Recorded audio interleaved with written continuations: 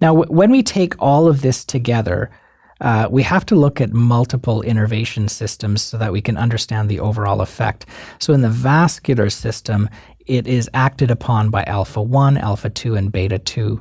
So let's take a look at each of these in this special circumstance. The alpha 1 agonists. The prototypical alpha 1 agonist is phenylephrine. It contracts smooth muscle in the splanchnic blood vessels, so that means the ones that go to the gut, and it increases blood pressure by increasing the total peripheral resistance. Now, one of the side effects of phenylephrine is reflex bradycardia. Now, I'm going to spend a little bit of time to explain this. We would think that an agonist of a sympathomimetic drug or a sympathomimetic system would cause a fast heart rate. But what we're talking about here is a very specific drug that's only acting on blood vessels. It's not acting on the heart. So the heart is free to respond however it wishes. When the heart senses that the blood pressure is higher, it will slow itself down, thinking that there's too much adrenaline around. Right? So that's why you get reflex bradycardia from phenylephrine. The other issue too is that the baroreceptors also have connections to the vagus nerve, which innervates the heart. So the vagus nerve will actually slow down the heart as well.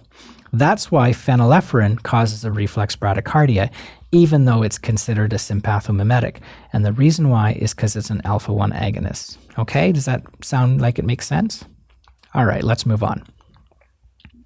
What about the alpha 2 agonists? The classical alpha 2 agonist is clonidine. Now, I just finished telling you that alpha 1 agonists will increase the blood pressure. And now I'm going to tell you that alpha 2 agonists are decreasing the blood pressure. Why is that happening? Well, let's take a look at the blood vessels itself. Yes, alpha 2 agonists cause vasoconstriction, and we sometimes use it topically in nasal sprays. So clonidine, for example, or other alpha 2 agonists can be sprayed up the nose when we're congested, and it causes some mild constriction of the blood vessels. However, clonidine also crosses the blood-brain barrier, and it accumulates in the brain. And now what it's doing is it's acting to reduce sympathetic outflow and blood pressure. Why? Well, if you have an excessive amount of adrenaline coursing through your system and it's sensed by the brain, you know that the brain is saying, uh-oh, we're really in trouble. We need to reduce our sympathetic outflow. So it's taking advantage of a feedback loop. That's why clonidine reduces blood pressure. Now, I should mention very quickly that clonidine is not our favorite form of blood pressure agent. I'm going to talk about it more in our hypertension lectures. The problem with clonidine is because it acts centrally, you can also get orthostatic drops when you stand up. Okay, let's go on to the beta 2 agonist.